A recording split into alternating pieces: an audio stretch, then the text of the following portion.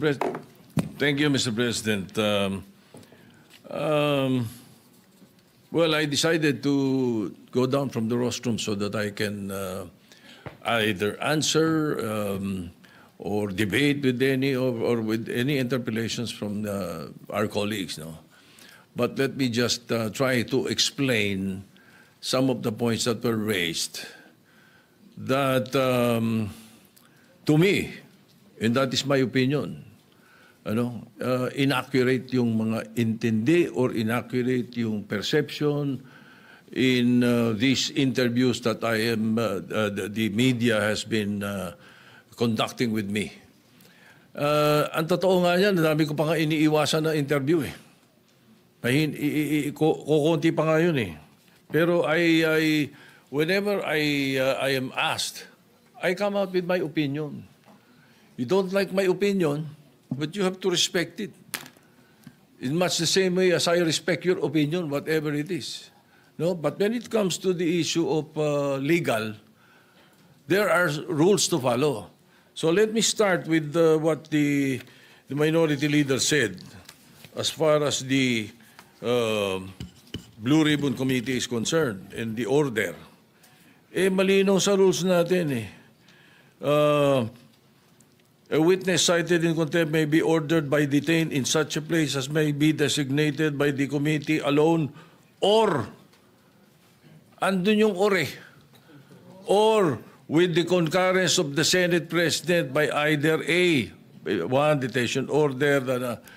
So it's the Senate President has the power to do that. Ngayon, nung binibigay sa akin binigay sa akin yung sulat para i-recommend yung witness protection program ng mga Diskayas, ang feeling ko, incomplete eh. Ang usapan at narinig ko ito kay Secretary of Justice, kailangan tell all, hindi tell half. Di ba? Ang mga binabanggit, 2022 to 2025 eh. Sila number one contractor, 2016 to 2022 eh. Ba't wala doon ang kwento? Di ba? So, you cannot blame me if I do not want to immediately do that. No? And then I know for a fact, as I said in the media, I know that there is a possibility that we will change the leadership the following day. All right. Now, let me continue with some of the opinions that were aired.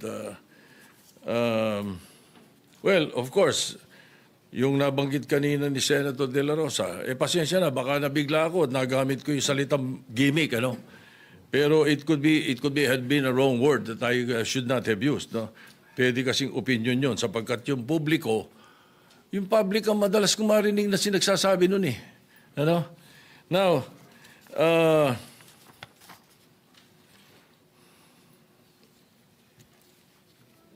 as far as I'm concerned, there's nothing illegal or out of the rules that we have done.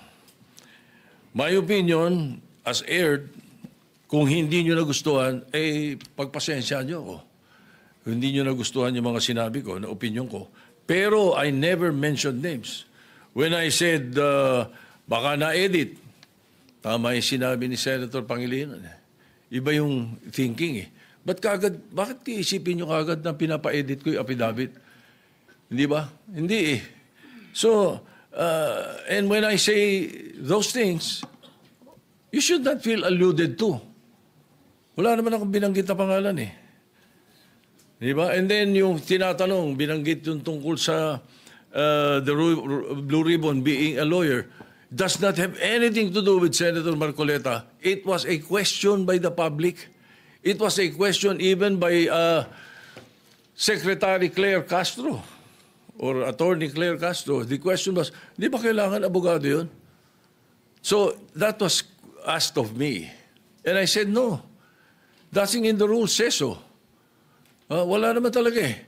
As a matter of fact, we elected Sani Alvarez as Blue Ribbon Chairman for 2 years. And he is not a lawyer. Binagdebatihan na namin nila Neptali Gonzales yan, saka nila Ernie Maceda yan, matagal na. No. He's never a lawyer. Sani Alvarez was not a lawyer.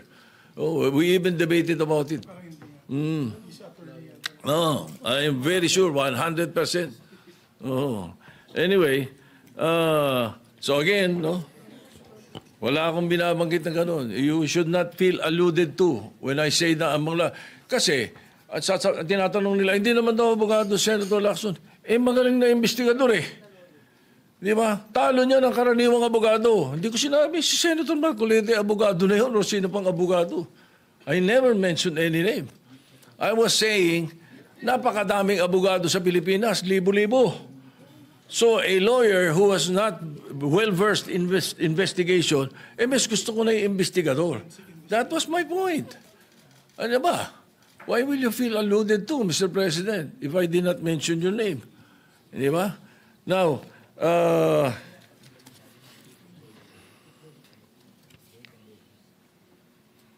again, as far as the rules are concerned, the Senate President has the power to order his transfer, especially in this case. Now, I asked the chairman of the Blue Ribbon Committee after they sent a letter, and it was done in court. It was done in the RTC 112 this morning. That was where the letter was transmitted to Attorney Valentina of the Senate Legal, who was representing the Senate in the hearing of the writ of amparo. Yun ang istorya nun. So the request was go back to the Senate. Ay sabi ko maganda, if that is your request, because that is precisely what the members of the minority wanted. Hindi ba? So no question. O ba't may question ngayon? Nalilipat natin, binalik natin sa Senate custody. Ano? And then also, to be fair to the OSAHA,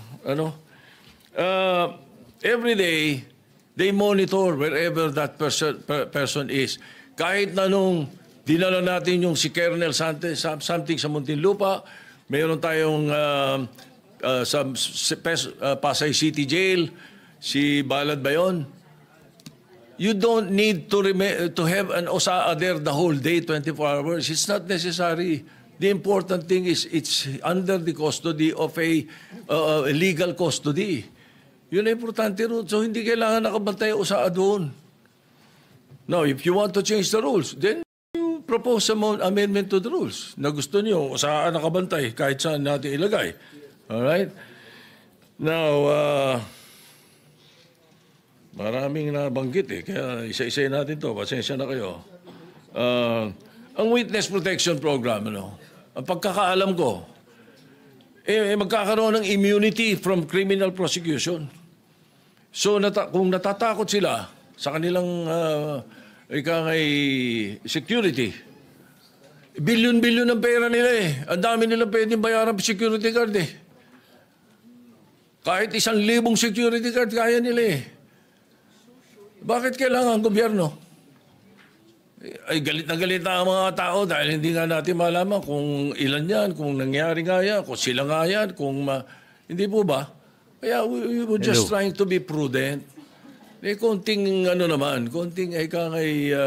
konting hinay. Huwag yung sasabihin natin. Kaya sabi ko, ba't tayo nagmamadali? I'm not pertaining to any senator. Bakit, sana do not feel alluded to if I don't mention your name. Di ba? Oh, and then, state witness, there is no other direct evidence available for proper prosecution eh. So, it is not applicable to the Discayas. At saka na, hindi rin pwede sapagkat ang pananaw ng karamihan, ang pananaw ng taong bayan, sila most guilty. Sandali lang po makikisali lang po tayo ng konti. Eto, Senator, hindi tayo abogado, yes. Yung iba yung legal, iba yung opinion nyo, sir. Iba rin yung sa legal. Kasi ang pinagbabasihan dito, dapat nasa legal. Hindi yung opinion. Kasi legalan to eh. Kung kayo your Senate President, yan. Pinagmamalaki nyo yan. Oo, nandyan tayo kasi Senate President nga kayo. Pero, i-ano niyo sa legal. Gaya ng ginawa niyo doon sa mga ito, tulad ng sabuatan niyo diyan sa ng DOJ. Sabuatan ng DOJ at ng Senate President. Malinaw na malinaw yung nasa batas. Bakit niyo i-interpret yung batas sa inyong sariling opinyon? Hindi ganoon. May batas tayo eh. Di yun ang sundin. Mambabatas nga kayo eh. Tapos kayo pa mismo ang bubutas ng batas nyo. Sige, tuloy nyo. At mamaya makikita natin kung paano sinuplak itong si School Bukol ni Senator Cayetano. Inisa-isa dyan. Dadalawa lang tong issue na ito eh. Pero sa pananood natin, puro mga baseless eh. Itong hindi ka nga bumabanggit. Hindi ka bumabanggit ng mga pangalan o et cetera. Pero alam ng taong bayan kung sino ang tinutukoy mo. At saka yung isa pa, kung galit ang hindi lahat ng Pilipino galit sa mga diskaya. Gusto lang namin mapalitaw dito kung sino ang most guilty. Hindi most guilty ang mga diskaya. Unang-una, wala sila sa gobyerno para silang magdikta ng mga sila ay kumukuha lang sa nare-rewardan ng bidding. Pero ang nagmamanipula ng mga budget, hindi yung mga diskaya. Kaya hindi sila most guilty. Yan ang tingin mo lang na sila ang most guilty dahil kalaban ng pamangkin mo sa politika. Na sinira mo pa ang reputasyon ng bata. Sige, tuloy para mapatuloy natin to. Ang pwede sa Witness Protection Program, yun, not the most guilty. Yun. Yun ang sinasabi ng batas. Tama. Anyway, most guilty ka dyan. as I said, the Senate President has the power to order the transfer. And if I have used a word that does not conform to your palate, then pagpasensyahan nyo. Pag ganun, bagkat karamihan ng binanggit ko, opinion ko. Kung ako ini-interview ng media, Opinion mo. always, as far as... Opinion mo. Pero dapat, opinion mo, dahil mambabatas ka, nasa batas. Ganun lang yon. Yan ang ipinipilit sa'yo. Yan ang isinasaksak sa kukote mo. Na ewan ko, bakit hindi mo maintindihan. Yun lang. I'm concerned, tell the truth. Pag ang media kausap mo taong bayan eh. Opo, sandali. Pag media ang kausap mo, hindi kaming taong bayan. Kasi karamihan sa mga media, mainstream media, hindi kami naniniwala na dahil puro mga, hindi sa mga bayaran. Bayaran ng amo mo. Sino yung amo mo? Hindi ko na i-mention. Kaya iniiwasan ko na hindi ako magsabi ng totoo. Kung opinion ko hiningi, binibigay ko opinion ko, hindi ko tinatago. So if you don't like my opinion, I'm sorry, Mr. President. But that's how it is. Thank you. Yeah, Mr. President. What is the pleasure of the minority leader? Yeah, Mr. President, because I mentioned some of that, may I be allowed to interject? And then, of course, it is the pleasure of the Senate President if he wants to answer again. The minority leader is recognized. Thank you, Mr. President. Unang-una, Mr. President, sa rule, verba lehis. Kapag ka very clear, plain interpretation, clear po yun. You do not interpret. Ang sinabi po sa Rule 6, a witness in contempt may be ordered detained in such a place may be designated by the committee alone. Alone. Ibig sabihin po, yung committee lang. Ano yung with? Kasama. With concurrence of the Senate President. Hindi nakalagay or the Senate President. Ayun, or with. Magkaiba po yun. Ibang magkaiba. Kaya ibang-iba talaga pagka abogado yung sumalansan ng mga rules nyo dyan na naaayon sa batas. So you ask all the lawyers here, they will tell you, ang ibig sabihin nito, pwedeng kumuha ng concurrence or pwedeng hindi. Yun yung or. Hindi po to committee or the Senate President. That's why if you go to the last paragraph, the order may be lifted by the chairman with the concurrence of the Senate President. The Senate President cannot lift ang nakalagay doon with the concurrence. Hindi rin pwedeng yung committee. So na-violate po rules natin because it was not the committee alone. As I said, personally, I don't take it against the Senate President nung unang araw na pag-upo niya. Kasi unang-una po, kakapalit lang ng Senate President. Pangalawa, tumawag yung Speaker, nagkaroon ng debate. Having said that, it is very clear in the rules and in the Constitution, meron Supreme Court cases yan, that the plenary is supreme. Even the Senate President said, di ba, primus inter pares, he's just the first among equals. Equal tayo lahat. But of course, he represents the Senate. So when the plenary decided to put him in Pasay City Jail, ang makakalift po niyan, hindi po yung committee, hindi po yung Senate President, it's the plenary. So we violated our rules. That's why we stood up to correct. Okay, let me go now to the Witness Protection Program. Let me first mention, I love the humility of the Senate President in the sense na sinabi niyang opinion niya yon, and of course the Constitution guarantees him his opinion.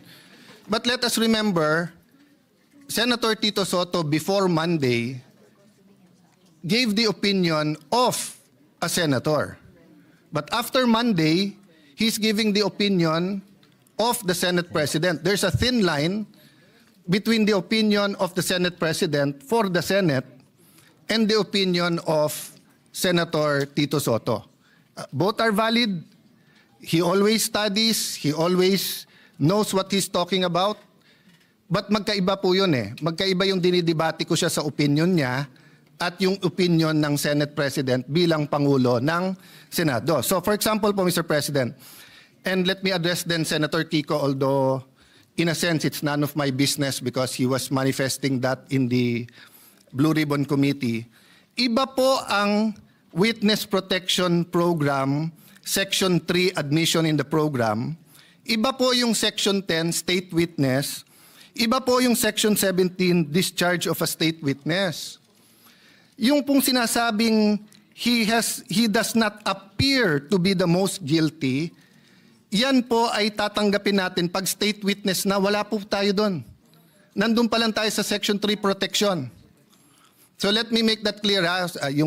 Kasi po ang nasabi ng Senate President, paano yun yung perception ng tao, most guilty sila. First of all, I don't agree. Kaya nga nagrarally, alam ng tao may mastermind sa likod nila. Correct.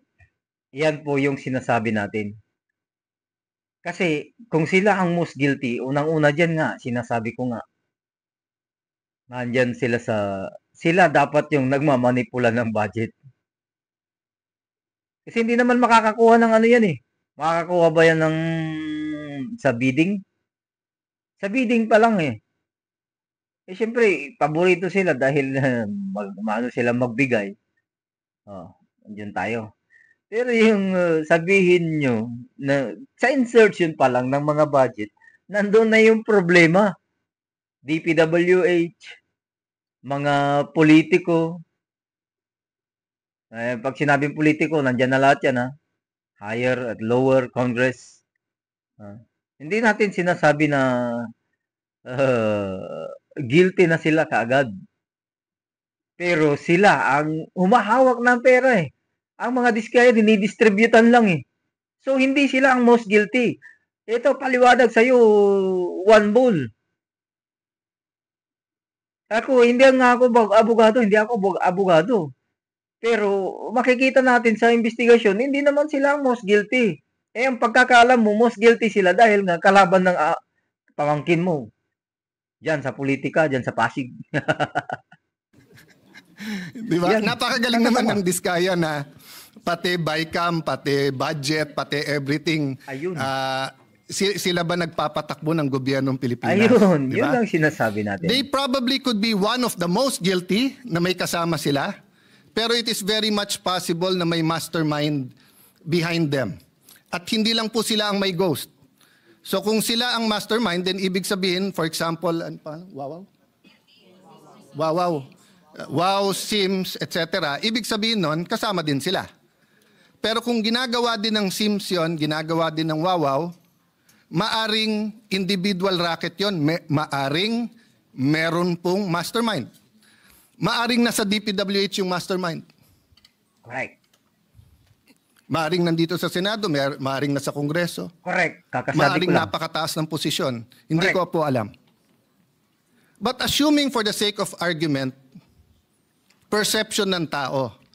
Ang perception po is not reality. Trabaho natin to find reality para mabago yung perception. Yo, correct. So papakawalan po natin ang possible witness kasi tingin ng tao siya ang most guilty. So, halimbawa po kay Napoles, if there was someone most guilty, wag na natin habulin kasi tingin ng tao siya most guilty. Dapat hinabol natin. No? Ngayon, siya mukhang most guilty, siya yung nakakulong. What's my point, Mr. President? Bakit nag-react si Senator Marcoleta? If I may, Senator, I cannot speak for you, but you're my good friend. Mr. Senate President, siya lang naman ang mamadali kaya siya tinamaan. Pero tama na magdali siya, bakit buhay Pag sinabi ng isang witness that his life is in danger, whether we agree with that witness or not, we have to protect their lives. Kahit payag tayo o hindi. Kahit tingin natin nagsisinungaling o hindi. Bakit po? Okay, number one, wala pong magnanakaw na hindi sinungaling. Kaya nga ang kapatid ng magnanakaw ay sinungaling. Bakit po? Ghost Project, pinirmahan mo na may project So nagsinungaling ka na may project kasi wala Di ba? Ninakaw mo, hindi sa'yo yun. Pinalabas mo sa'yo, nagsinungaling ka na.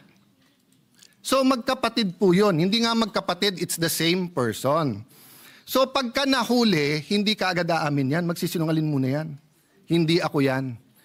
There is a process and a time, and tama po si Senate President, tama po the esteemed Senator Kiko, dumaan sa proseso. Ang problema natin, ayaw natin sa proseso. Protection pa lang, sinasabi nila, papatayin sila.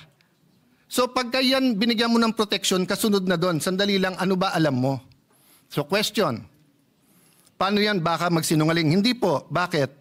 Sabi po sa Section B ng Section 3, Section B, his testimony can be substantially corroborated on material points. So again, quoting Senator Lacson, may resibo. But quoting myself, hindi peke na resibo, hindi ghost receipts. So ibig sabihin po, pagkatapos mo bigyan ng proteksyon, papupuntahin mo ngayon sa DOJ. Doon mo na pakakantahin. Doon mo na i-assess. Bakit importante ito? Kasi pag nakita ng Sims, nakita ng Wawaw na may kumakanta na, mag-uunahan na yan sa DOJ kung sino ang kakanta. Parang karaoke yan. Pag hindi pa naka-on at wala pang may hawak ng mic, walang gustong kumanta. Pag kinuha na ang mic at kinanta na yung My Way, agawan na sa mic yon. Habang walang kumakanta kung sino ang mastermind dito, wala, liligawin po tayo. Ngayon, I feel for the Senate President, if part of him feels we're wasting time, may I admit, Mr. Senate President, dear colleagues, part of me feels that we might be wasting time. Bakit? Instead of using this to find the mastermind. Senator Lacson, I appreciate what you've been doing. Having said that, let's go back to the rules.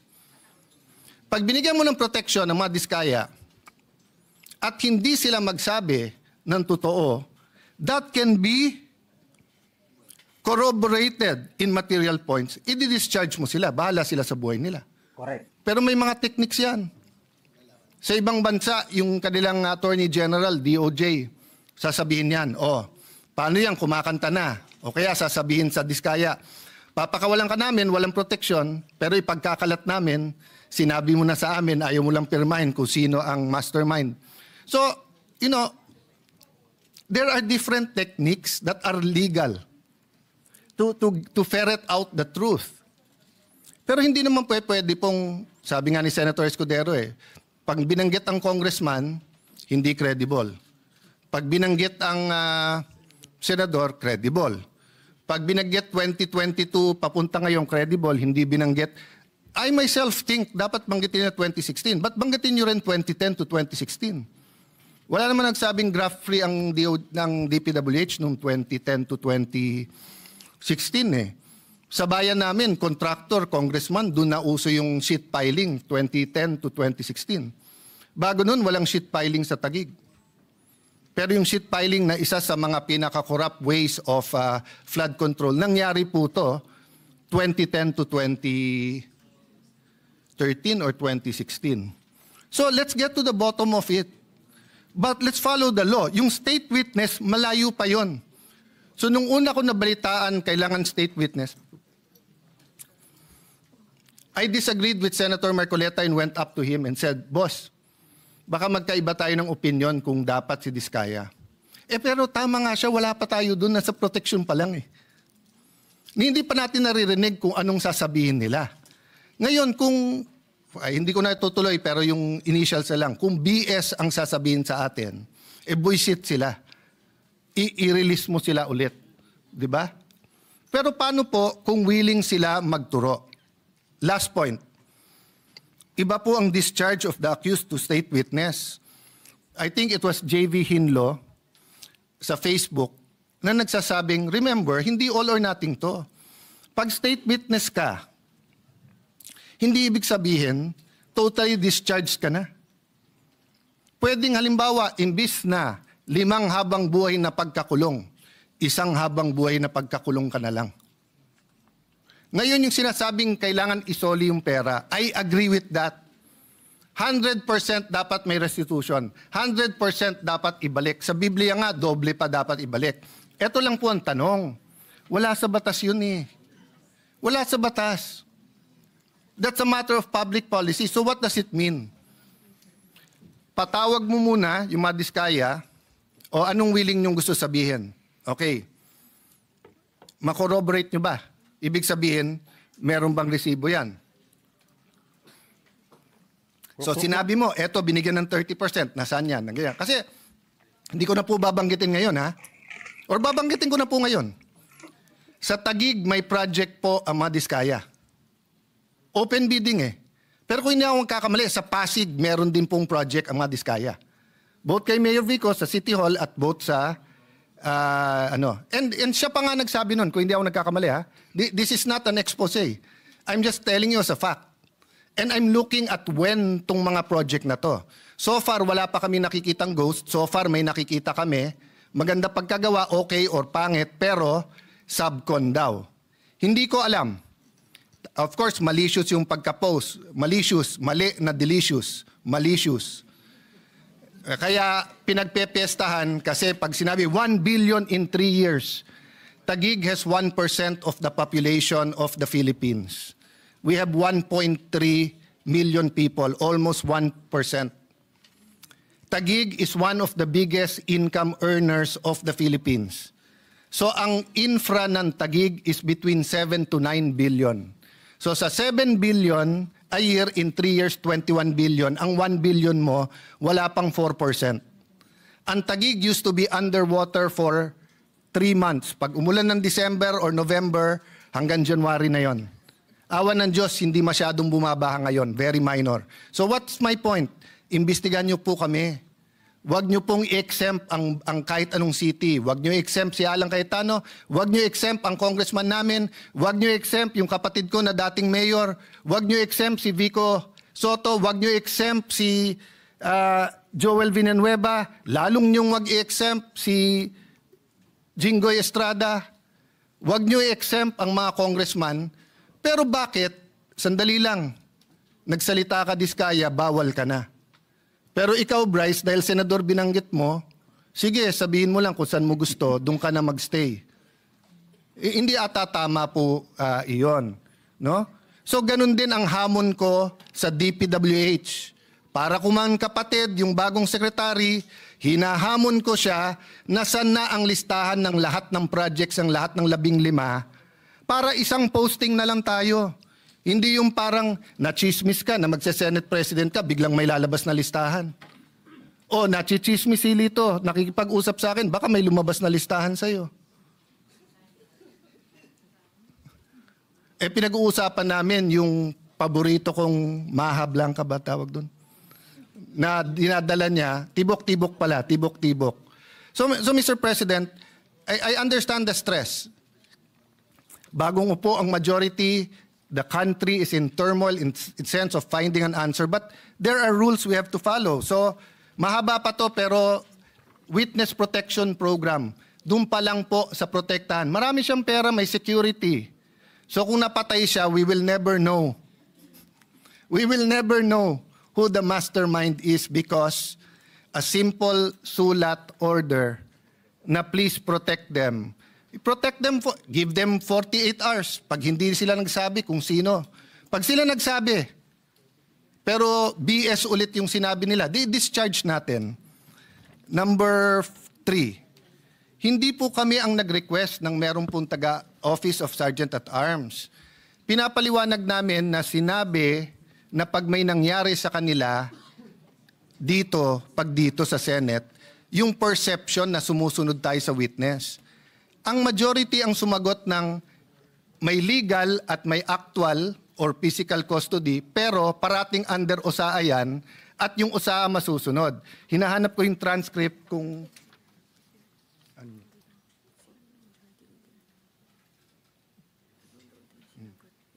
Yeah.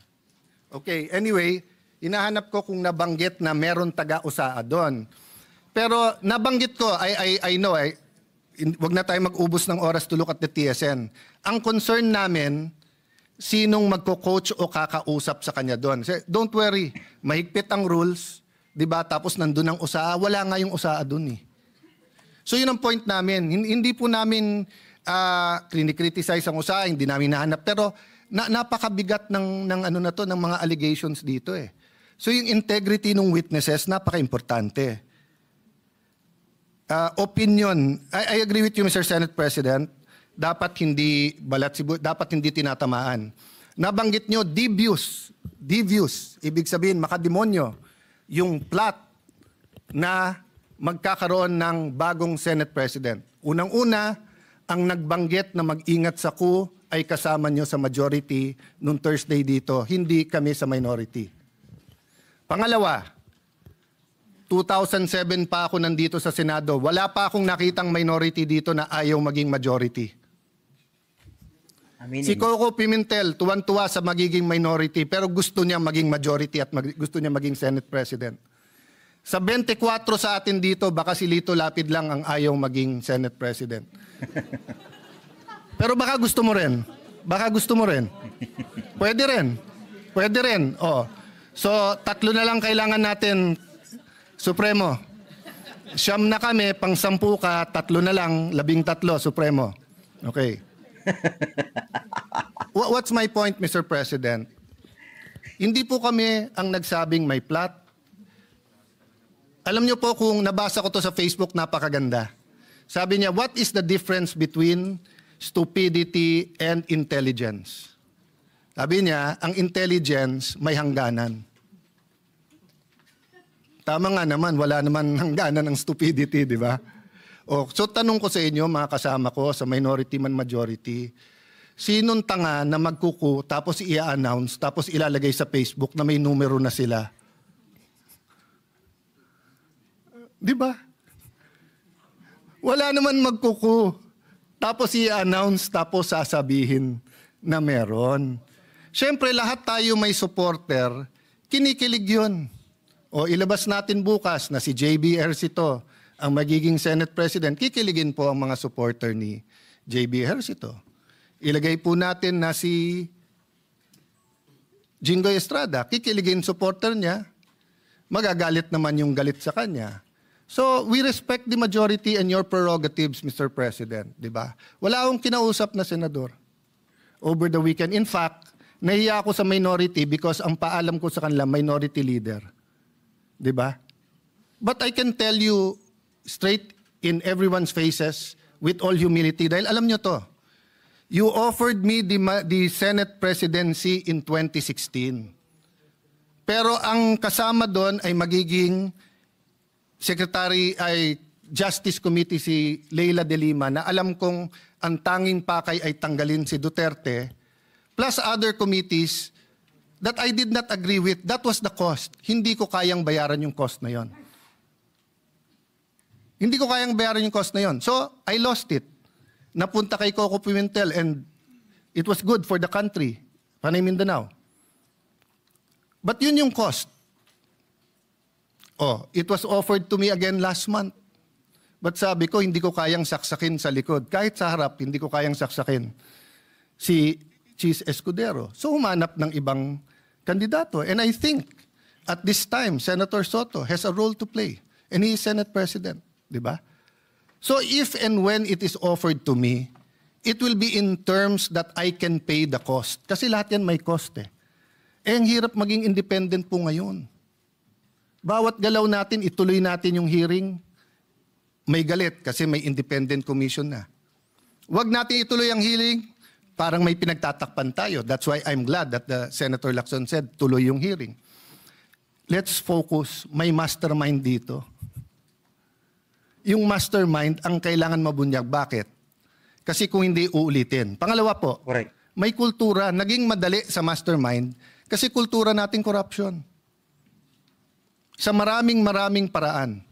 So, Mr. President, I beg to disagree that hindi nasunod ang rules. But we're starting out. And our plate is full. Sa minority, we have a nation-building agenda. We plan to participate sa budget hearing. Sinabi, wala ng flood control funds. Some want it sa feeding program. Some want it sa education. Some want it in different programs. So we'll all be busy here, but we have to establish.